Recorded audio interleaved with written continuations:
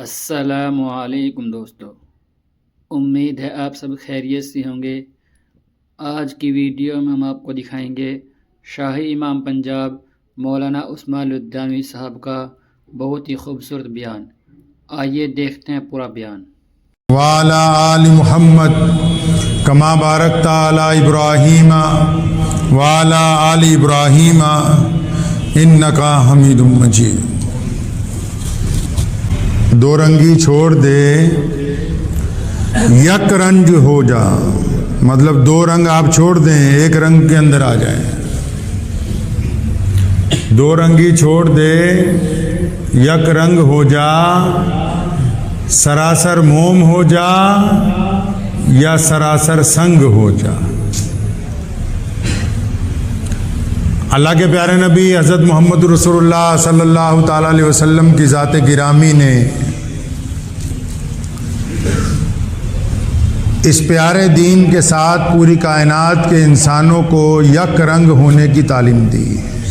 नबी अकरम सल्लल्लाहु ताला अलैहि वसल्लम को अबू जहल ने आके एक पेशकश की,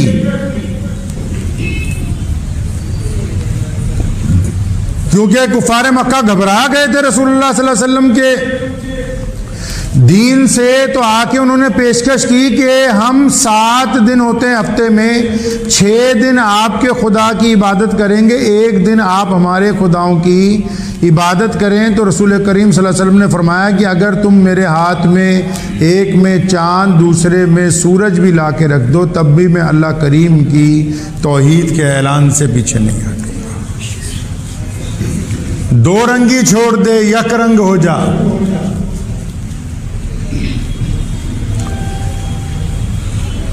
दुआएं उनकी कबूल नहीं होती जिनके दो रंग हैं, और जिनका रंग ही एक है उनकी दुआ रद्द नहीं होती है, जिनका रंग एक है। अब रंग से मुराद क्या है, कौन से रंग की हम बात कर रहे हैं? बाज़ हज़रात ये समझते हैं कि एहतराम और इज़्ज़त जो है वो ज़्यादा इल्म की वजह से होती है, ज़्यादा दौलत की वजह से होती है, बेहतरीन घर की वजह से होती है, महंगी गाड़ियों की वजह से होती है। अक्सर ऐसा होता है आजकल माशरे में, कोई बंदा किसी 10-20 करोड़ रुपए की कोठी के बाहर जाता है, जिसके बाहर 3-4 करोड़ रुपए की गाड़ियाँ खड़ी हैं, तो आम मुलाजिम दूसरे को क्या कहता है, यार बहुत बड़ा ठग गया। कहता है कि नहीं कहता है? जो उस बंदे के बारे में माशरे में बात मशहूर हुई होती है वही सब लोग कहेंगे, हालांकि वो 10 करोड़ रुपए की कोठी में रह रहा है, बेहतरीन गाड़ियां बाहर खड़ी हैं, लेकिन रास्ते में से चलता हुआ बंदा उसकी पुश्त के पीछे कह रहा है, यार ये फलाना बदमाश नहीं, फलाना ठग नहीं है, फलाना बेईमान नहीं है, उसका घर है। तो क्या उसका अच्छा घर उसको इज्जत दिलवा सकता है? क्या उसकी अच्छी कोठी उसको इज्जत दिलवा सकती है? क्या उसका अच्छा कारोबार उसको इज्जत दिलवा सकता है? कोई बंदा बहुत ज़्यादा दीनदार बन जाता है, दाढ़ी रखता है, पगड़ी बांधता है सिर पे, सलवार उसकी टुकनों से ऊंची रहती है, और सारा दिन अपनी बीवी के सामने, बच्चों के सामने, रिश्तेदारों के सामने अपने पीर की तारीफ़ें करता है। लेकिन उन तारीफ़ों के बाद जब वो ज़ाती मामले में अगर किसी से बदतमीज़ी करता है, ज़ाती मामले में किसी से ठगी मारता है, ज़ाती मामले में बीवी से बदखुल्की करता है, तो घर वाले क्या कहते हैं, तुझे ये सिखाया तेरे पीर ने?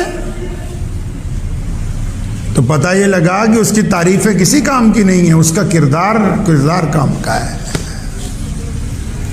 तारीफें नहीं काम आ सकती हैं उसकी, जितनी मर्जी करता रहे वो। मेरे वालिद मोहतरम मरहूम शेर इस्लाम मौलाना हबीबुर रहमान साहब सानी लुधियानवी रहमतुल्लाह अलैह सारी ज़िंदगी खद्दर का कपड़ा पहना, एक जूती पहनते थे, जब वो टूट जाती थी तो नहीं लेके आते थे। तो एक दिन मुझे एक साहब मिले, यहाँ मिलने के लिए आए थे, तो मुझे गुफ्तगू में कहने लगे कि जो मैंने कपड़ा पहना है ये 5,000 रुपये मीटर है, और ये जूती जो है ये 45,000 रुपये की खरीद कर लाया हूँ दुबई से। तो मैंने एक तालिब इल्म को कहा कि अंदर से हजरत की जूती लाओ।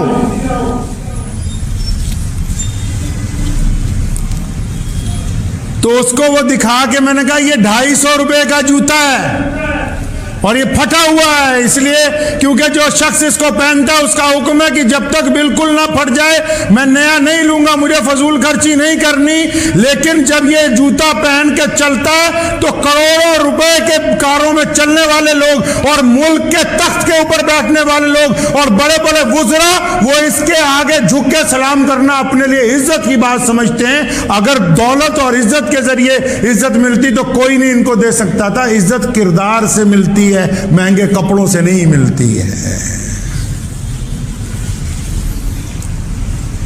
मैं और मुस्लिम भाई एक दिन गए तो यहाँ एक शोरूम से जूती खरीद लाए 7-8 हज़ार रुपए की, बहुत अच्छी। तो लाके उनको पेश की तो कहने लगे नहीं नहीं ये पसंद ही नहीं आई, कि यहाँ एक दुकान है उससे जाओ 450 रुपए की देगा वो जूती लेके आओ। इंसान अपने किरदार की वजह से अल्लाह ताला का महबूब बंदा बनता है, अपने कपड़ों की वजह से नहीं बन सकता, अपनी चरब जुबानी की वजह से, अच्छी तकरीर की वजह से भी नहीं बन सकता। जब तक उसका किरदार, उसका रुआ रुआ ये कहने ना लग पड़े कि मैं अल्लाह और उसके रसूल की इताअत में हूं, मैंने कहना मानना है अल्लाह उसके रसूल सल्लल्लाहु अलैहि वसल्लम का, बात तब बनती है। लोगों की नीयतें दोगली हैं, हुक्मरानों के सामने कुछ हैं, घर में कुछ हैं, मस्जिद में कुछ हैं, बीवी के सामने कुछ हैं, कारोबार करते हुए कुछ हैं। अब जब दोगला बंदा, दोगली चीज का तो मार्केट में वैल्यू नहीं है ना जी। आप जानवर खरीदने जाए अगर दोगली नस्ल का, आप पैसे कम लगाएंगे। अगर कोई तांबे की, कोई सोने की चीज खरीदनी है, अगर पता लग जाए इसमें खोट है तो आप उसकी रकम कम देंगे। अगर कपड़ा जो है उसमें कॉटन में टेरिकॉट मिक्स है, आप उसकी रकम कम देने के लिए तैयार हैं। अगर जूती में चमड़े की जगह रेक्सिन लगा है तो आप उसकी रकम कम करने के लिए तैयार हैं। इसी तरह अगर आपका दिल दोगला है, आपकी नीयत दोगली है, आपका किरदार दोगला है, आपके कहने और सुनने में फर्क है, तो फिर अल्लाह के नजदीक क्या इसका पूरा भाव मिल सकता है? आपको पूरा भाव नहीं मिल सकता।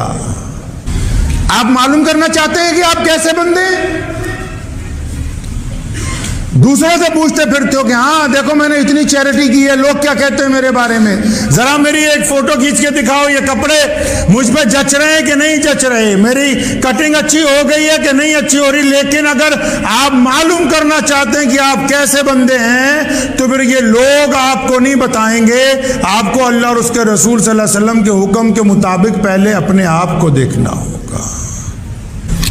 जब तन्हा होता है तब ये क्या सोचता है, जब यार दोस्त, भाई बहन, माँ बाप कोई साथ नहीं होता, जिस वक्त अगर कभी रात को कहीं किसी होटल के कमरे में अकेला होता है, या घर से बीवी बच्चे चले जाते हैं अपने ननिहाल, तब ये अकेला होता है, या सफर में ये अकेला होता है, तब ये क्या सोचता है, तब इसके दिमाग में क्या ख्यालात आते हैं।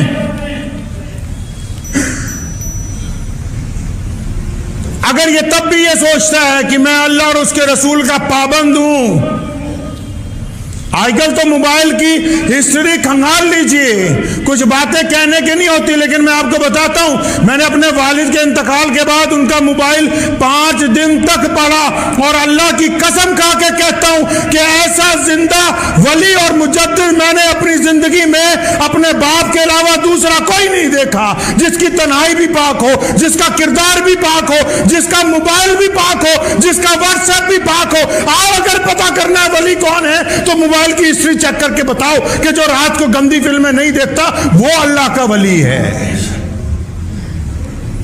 जिसके पास किसी औरत के गंदे पैगाम नहीं आते वो अल्लाह का वली है। जो 2 नंबर के मैसेज नहीं करता वो अल्लाह का वली है। और जिसकी तन्हाई में जो किसी की बहन के साथ मुंह काला करने का इरादा नहीं करता वो अल्लाह का वली है।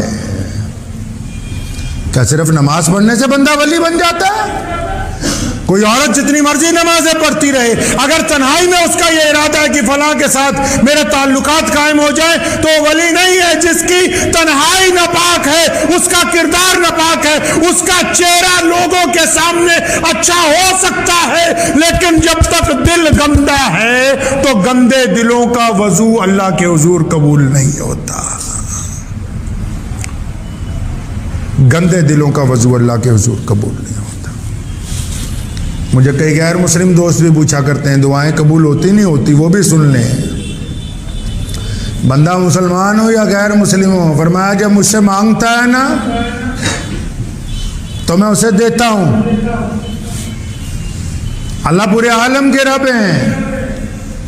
और रुकता किसका है? जिसने दो दो रंग अपना रखे हैं। जो घर में बच्चों के सामने, बीवी के सामने वली है, मस्जिद में वली है और सूद का काम करता है। जो तन्हाई में नौजुबिल्ला अपने दोस्त के घर जाके ये सोचता है कि नौजुबिल्ला मैं इसकी बहन के साथ ताल्लुकात कायम कर लूं। जो दूसरों की बेटियों के मुताल्लिक अपने दिल में गलत ख्यालात पैदा करता है। जो रकम को इधर से उधर करते वक्त ये सोचता है कि 4 पैसे इसमें से मैं ठग लूंगा और फिर उसके बाद वो नमाज पढ़ता है। ऐसा बंदा दुनिया वालों की निगाह में वली हो सकता है, अल्लाह की निगाह में वली नहीं हो सकता। किस खाम ख्याली में हो? कभी हिसाब ही नहीं लगाया अपना? कभी पीछे मुड़ के देखो, इन चंद सालों में अपनी अपनी जिंदगी में पीछे देखो। पीछे कितने दोस्त हैं जब देखते हैं कि वो कब्रों में चले गए। कितने माँ बाप हैं जो आज हमारे साथ नहीं हैं। अपने उस्तादों में देखो कितने हमें छोड़कर चले गए। अपने गली मोहल्ले में से देखो कितने कल तक तुम्हारे साथ थे, आज तुम्हारे साथ नहीं हैं। अपनी सहेलियों को तलाश करो, कल तक वो जिंदा थी, आज मुर्दा बनी हुई है। पीछे देखो तो सही कि तुम चल तो आगे रहे हो। कितने थे जिनका साथ तुमसे छूट गया है। कितनी दुकानदार थे जो आज तुम्हारे दरमियान नहीं है। कितने फैक्ट्री के मालिक थे तो आज तुम्हारे दरमियान नहीं है। कितने कारीगर कल तक तुम्हारे साथ थे वो तुम्हारे दरमियान नहीं है। पीछे देखो तो सही कभी पलट के। किस खाम ख्याली में है इंसान? हर एक बच्चा जवान नहीं होता है। जो जवान हो गए उन पे अल्लाह की नेमत है कि अल्लाह ने आपको जवानी अता की है। फिर इरादे गंदे हो तो खुदा की मदद कैसे आ सकती है?